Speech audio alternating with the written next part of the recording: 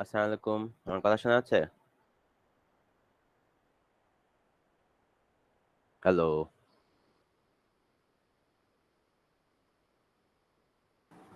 আসসালামু আলাইকুম স্যার। তো আমরা লেকচার 10 ই আজকে কন্টিনিউ করব। আমাদের আর একটা স্লাইড বাকি, লেকচার 11। এরপর আমাদের ইনশাআল্লাহ সিলেবাস শেষ। তারপর আমাদের এই কোর্সে শুধু একটা কুইজ দেওয়া বাকি, যেটা আমরা আই গেস 30 তারিখ বা এর পরের 1-2 তারিখে আমরা নিতে চাচ্ছি। ধরেন 3 তারিখ বা 4 তারিখ। 30 তারিখ আর 3 বা 4 তারিখ। এই সময়ে আমরা কুইজটা দিব।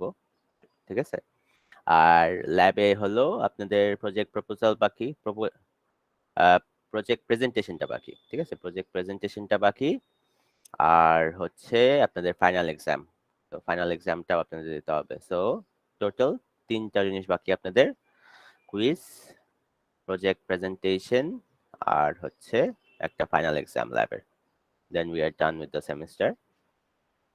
আচ্ছা, সো স্টার্ট করি। এই লেকচার 10 এর শুধু এই যে আমাদের সিরিয়াল পেরিফেরাল ইন্টারফেসটা বাকি ছিল। এরপরে আমরা লেকচার 11 শুরু করব। লেকচার 10 আর 11 আসলে একই চ্যাপ্টার থেকেই নেওয়া। যেহেতু লেকচারটা খুবই বড় হয়ে যাচ্ছিল, এই জন্য আসলে 2 ভাগে ভাগ করা হয়েছে। বাট যখন আমি আর কি ফাইনাল এক্সামের আপনাদের একটা প্যাটার্ন দিব, তখন আসলে লেকচার 10 আর 11 আপনারা একই আহ, একই টপিক হিসেবে ধরতে পারেন। ওকে, আচ্ছা, সো স্টার্ট করি। আমরা সিরিয়াল পেরিফেরাল ইন্টারফেস দেখব, যেটা আসলে আমরা যেটার সাহায্যে কোনো মাইক্রো কন্ট্রোলার এবং কোনো পেরিফেরাল ডিভাইসকে কমিউনিকেট করতে দিতে পারি, যেটার সাহায্যে আমাদের কোনো মাইক্রো কন্ট্রোলার এবং পেরিফেরাল ডিভাইসকে কমিউনিকেট করতে দিতে পারি। সো পেরিফেরাল ডিভাইসেস হতে পারে ধরেন এলসিডি বা কোনো সেন্সর বা এনি আদার চিপ। ওকে, সো এই যে সিরিয়াল পেরিফেরাল ইন্টারফেস, ঠিক আছে, এটা আসলে একটা ফেনোমেনন ইউজ করে, যেটা হচ্ছে মাস্টার স্লেভ। মাস্টার স্লেভ, তো মাইক্রো কন্ট্রোলারকে ধরে মাস্টার হিসাবে এবং যে কোনো পেরিফেরালসকে ধরে হলো স্লেভ হিসাবে।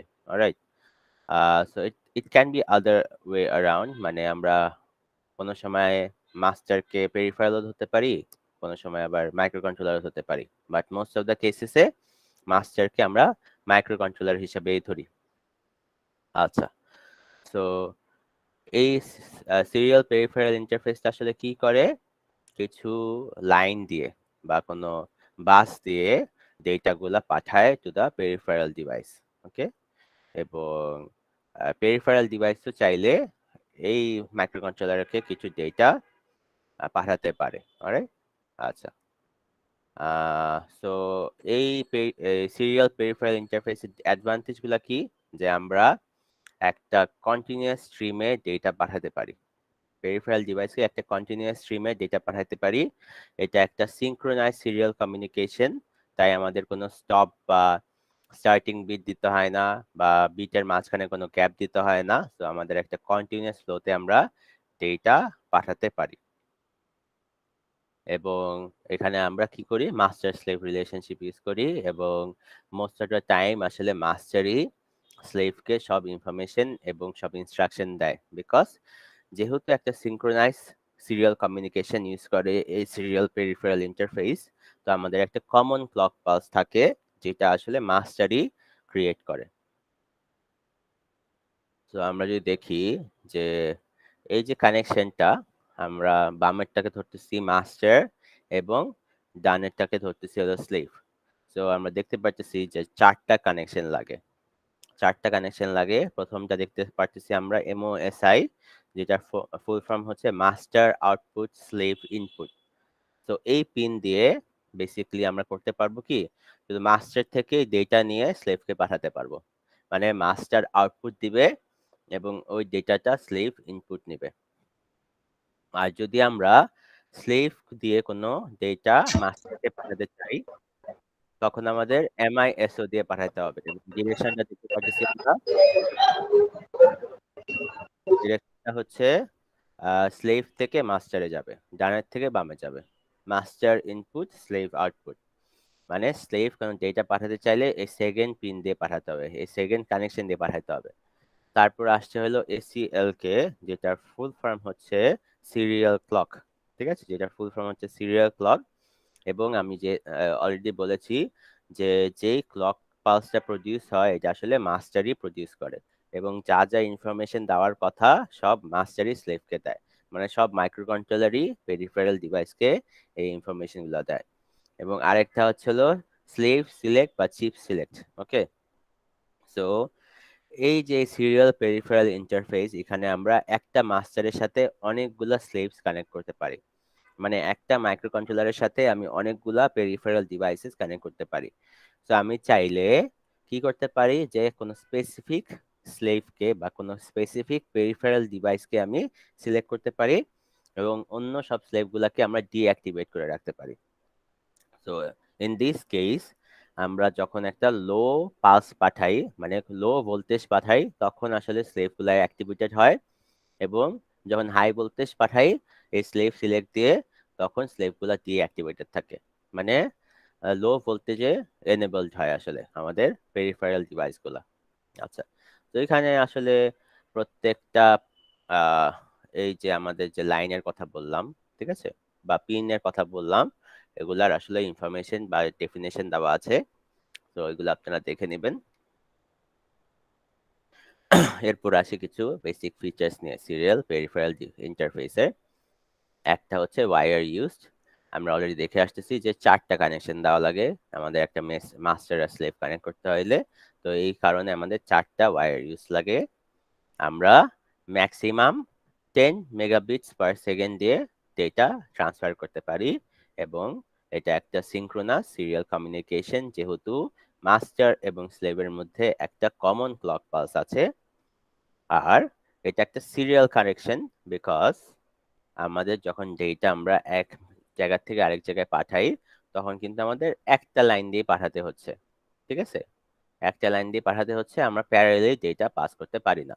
শুধু যখন ধরেন মাস্টার থেকে স্লেভে আমরা সিরিয়ালি কানেক্ট করতে পারি, আর স্লেভ থেকে মাস্টারে সিরিয়ালি কানেক্ট করতে পারি, মানে এই দুইটা প্যারালালি কাজ করতে পারবে। বাট আমরা মাস্টার থেকে দরকার হলে 8টা বিট প্যারালালি পাস করতে পারবো না, এগুলো আমাদের সিরিয়ালি পাস করতে হবে। আচ্ছা, আর এই সিরিয়াল পেরিফেরাল ইন্টারফেসে একটাই মাইক্রোকন্ট্রোলার ইউজ করা যায়, মানে একটাই মাস্টার ইউজ করা যায়, এবং অনেকগুলো স্লেভ ইউজ করতে পারি। বাট মাস্টার থাকতে হবে আমাদের শুধু একটাই। এই জন্য ম্যাক্স নাম্বার অফ মাস্টার্স হতে পারে 1, আর ম্যাক্স নাম্বার অফ স্লেভস হতে পারে থিওরিটিক্যালি আনলিমিটেড। তো আমি যেটা অলরেডি বলে আসছি যে এখানে একটা সিঙ্গেল ক্লক পাস থাকে, এবং একটা মাস্টার থাকে, এবং অনেকগুলো স্লেভস থাকতে পারে। তো এখানে এটাই বলা আছে। তো আমরা দেখি এখন এসপিআই আসলে কিভাবে কাজ করে। প্রথমে data is sent from the master to a slave using a master output slave input line. তারপর আমরা যদি স্লেভ দিয়ে কিছু ডেটা আবার ব্যাক করতে চাই, তখন আমাদের ক্লক পালসটা লাগবে, তাই না? মানে কি হচ্ছে আসলে, আমরা মাস্টার দিয়ে ডেটাগুলা সেন্ড করতেছি, মাস্টার দিয়ে master output slave input line দিয়ে ডেটা সেন্ড করতেছি সিরিয়ালি, এবং যেহেতু মাস্টার ডেটা সেন্ড করতেছে, তো অবশ্যই তো ক্লক পাস জেনারেট করবে, বিকজ ক্লক পাস জেনারেট করা ছাড়া আমরা কোনো ডেটা পাস করতে পারবো না। এখন যদি স্লেভ কোনো ডেটা মাস্টারকে পাঠাতে চায়, তখন কি হইতে হবে, একটা ক্লক পাস জেনারেট হতে হবে, সো দ্যাট স্লেভ ওই এনার্জি ইউজ করে ডেটা মাস্টারকে পাঠাতে পারে। ওকে, বাট সমস্যাটা কি, যে কখন আসলে এই ক্লক পালসটা জেনারেটেড হবে এটা স্লেভ জানার কথা না। এই কারণে কি করে আসলে আমাদের মাস্টার, যে কন্টিনিউয়াস ভাবে ডেটা পাঠানোর জন্য ক্লক পালসটা কিছুক্ষণ পর ইন্টারভেল, মানে কোনো স্পেসিফিক ইন্টারভেল পর পর আসলে ক্লক পালসগুলা ক্রিয়েটেড হয়, সো দ্যাট আমাদের স্লেভ যখন ইচ্ছা তখন ডেটা মাস্টারকে পাঠাইতে পারবে। তো এটাই বলা হয়েছে যে because the master always generates the clock signal, it must know in advance when a slave needs to return data and how much data will be returned. So প্রথমে ক্লক পালস তো অলওয়েজ জেনারেটেড হয় জন্য যে কোনো সময় আসলে slave data মাস্টারকে পাঠাতে পারবে। বা যেহেতু আসলে মাস্টারের আসলে জানার কোনো ওয়ে নাই যে কি বলে স্লেভ কখন ডেটা পাঠাবে। তো এই জন্য স্লেভ কি করে আগের থেকে জানায় দেয় যে আমি এতটুক ডেটা আপনাকে পাঠাবো, ঠিক আছে। তখন আসলে এই মাস্টার অতটুক আসলে স্পেস ক্রিয়েট করে রাখে টু রিসিভ দ্য ডেটা। এবং আরেকটা জিনিস আছে স্লেভ সিলেক্ট, যেটা আমরা অলরেডি বলেছি যে অনেকগুলা স্লেভ থাকে এবং অ্যাক্টিভ লো দিয়ে আমাদের একটা স্লেভকে অ্যাক্টিভেট করতে হয়। আর যদি না করি তাহলে সবগুলাই, যদি হাই থাকে সব ভোল্টেজ, তাহলে প্রত্যেকটা স্লেভই ডিঅ্যাক্টিভেটেড থাকে, মানে ইনিশিয়ালি প্রত্যেকটা স্লেভই ডিঅ্যাক্টিভেটেড থাকে। আর আমরা যদি একটা স্লেভকে অ্যাক্টিভেট করতে চাই তাহলে আমাদের একটা লো ভোল্টেজ পাস করতে হবে। আচ্ছা, তো আমরা মাল্টিপল স্লেভস দুইভাবে কানেক্ট করতে পারি, একটা হচ্ছে সিঙ্গেল লাইন দিয়ে আর একটা হলো মাল্টিপল লাইন দিয়ে, ঠিক আছে। একটা হলো সিঙ্গেল লাইন দিয়ে আর একটা কি বলি আমরা সেপারেট লাইন দিয়ে। তো আমরা যদি এই ডায়াগ্রামটা দেখি যে একটা মাস্টারে আমরা অনেকগুলা স্লেভ কানেক্ট করেছি, এবং আমরা যদি কানেকশনটা দেখি আমাদের ধরেন আছে হলো 3টা স্লেভ, মানে এখানে আসলে n সংখ্যক স্লেভের কথা বলেছে আসলে, কিন্তু আমরা ধরে নিচ্ছি যে এখানে আমাদের 3টা স্লেভ আছে। এই কারণে আমাদের দেখেন 3টা সিলেক্ট লাইন লেগেছে, 3টা স্লেভ সিলেক্ট লাইন লেগেছে। তো এটাকে বলে হলো সেপারেট লাইন মাল্টিপল স্লেভস। ওকে, মানে আমরা একটা মাস্টার তো সবসময় ইউজ করব এবং অনেকগুলো স্লেভ ইউজ করতে পারি। তো যখন আমাদের মেইন প্রায়োরিটি হবে যে আমরা স্লেভের থেকে ডেটা রিসিভও করতে পারি, তখন আমাদের সেপারেট লাইন দিয়ে আমরা এরকম স্লেভ সিলেক্ট করি, ঠিক আছে। তো আমরা দেখতে পাচ্ছি যে 3টা স্লেভের জন্য আমাদের এক্সট্রা 3টা স্লেভ সিলেক্ট লাইন আছে। তারপর একটা আছে হলো মাস্টার ইনপুট স্লেভ আউটপুট, এটা হলো একটা লাইন দিয়ে সবগুলা স্লেভ আউটপুট পাঠায় বা ডেটা পাঠায় মাস্টারকে। আর মাস্টার আউটপুট স্লেভ ইনপুট, এটাও দেখেন একটা লাইন দিয়ে আমরা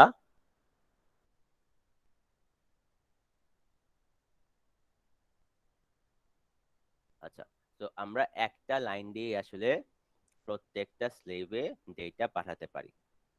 আর হচ্ছে সিরিয়াল ক্লক ওগুলাও সবগুলোর জন্য কমন।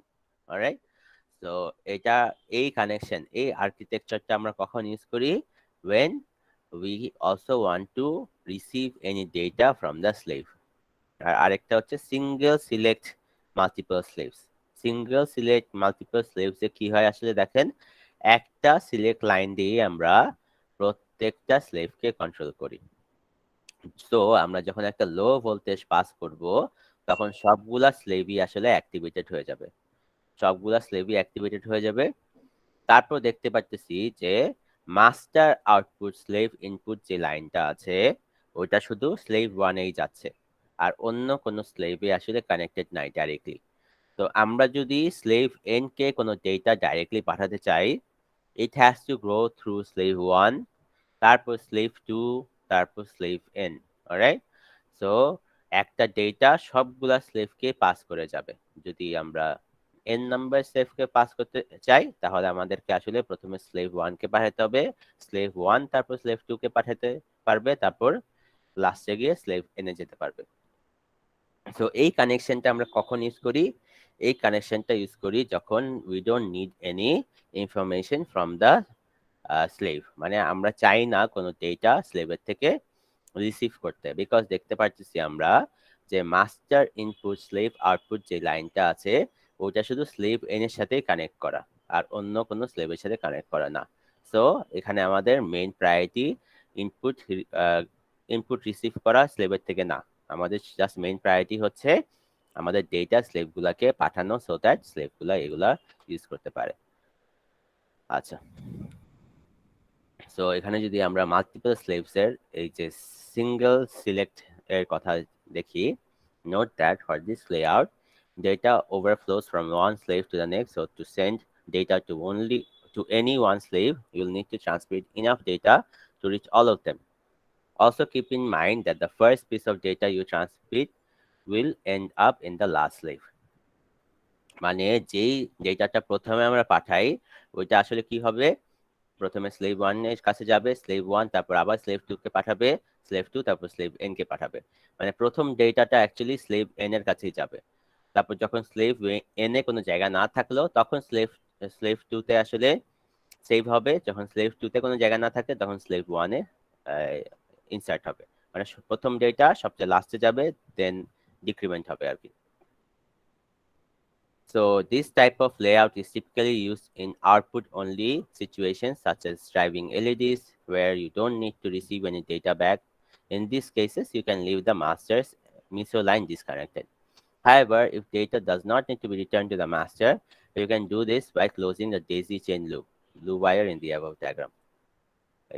এটাকে যদি আমরা ক্লোজ করে দিই তাহলে আমরা কোনো ডেটা আসলে পাবোই না। তো এখানে আমরা স্টেপ বাই স্টেপ আমরা কিভাবে আসলে ডেটা ট্রান্সমিট করি এসপিআই দিয়ে এটা দেখানো। আমরা প্রথমে সিরিয়াল ক্লক দেই, বিকজ মাস্টারই সিরিয়াল ক্লকগুলো জেনারেট করে।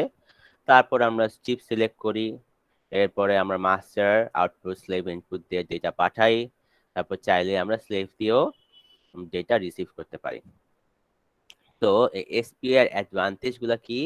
এসপিআই অ্যাডভান্টেজ হচ্ছে কোনো স্টার্ট বা স্টপ বিটস নেই, যেটাতে আমরা একটা কন্টিনিউয়াস ডেটা ফ্লোতে বা একটা ডেটা স্ট্রিমে ডেটা পাঠাতে পারি। কোনো কমপ্লিকেটেড স্লেভ অ্যাড্রেসিং সিস্টেম নাই, খুবই আমরা দেখতে পাচ্ছি খুবই স্ট্রেট ফরওয়ার্ড।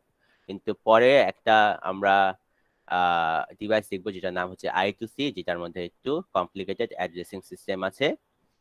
আর এখানে আমরা ডেটা ট্রান্সফার খুবই ফাস্টার ওয়েতে করতে পারি, অলমোস্ট টুয়াইস অ্যাজ I2C, যেটা আমরা একটু পরে পড়বো।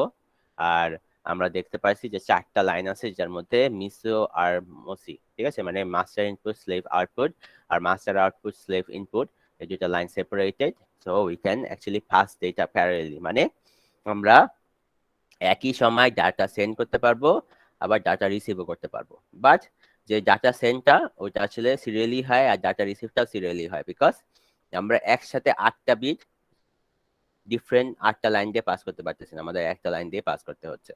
তো এটা বোঝানো হয়েছে। আর ডিসঅ্যাডভান্টেজ হচ্ছে যে আমাদের বেশি ওয়্যার ইউজ করতে হয়। তারপর এই যে স্লেভ গুলা যে ডেটা রিসিভ করেছে এটার কোনো অ্যাকনলেজমেন্ট আমরা পাই না, কোনো এরর হইলে ট্রান্সমিশনের সময় বের করা সম্ভব হয় না। আর আমরা দেখে আসছি যে শুধু একটা মাস্টারই ইউজ করা হয়, ঠিক আছে, একটা মাস্টার ইউজ করা হয়, আমরা একাধিক মাস্টার ইউজ করতে পারি না। ওকে, সো এই লেকচারটা শেষ। এখানে আরডিনোর কিছু বেসিক ইনফরমেশন দেওয়া আছে, যে কয়টা এমওএসআই লাইন আছে, কয়েকটা এমআইএসও লাইন আছে, ওকে, তারপর কয়েকটা স্লেভ কানেক্ট করা যায়, ওকে। সো এগুলা ইনফরমেশন দেওয়া আছে, এগুলো দেখে নেবেন, এগুলো আসলে পরীক্ষায় তো আসে না। সো আপনাদের আর একটা স্লাইড বাকি, এরপরে we are done with the syllabus. এবার জিনিসটা হইলো যে আপনাদের যে ল্যাবের যে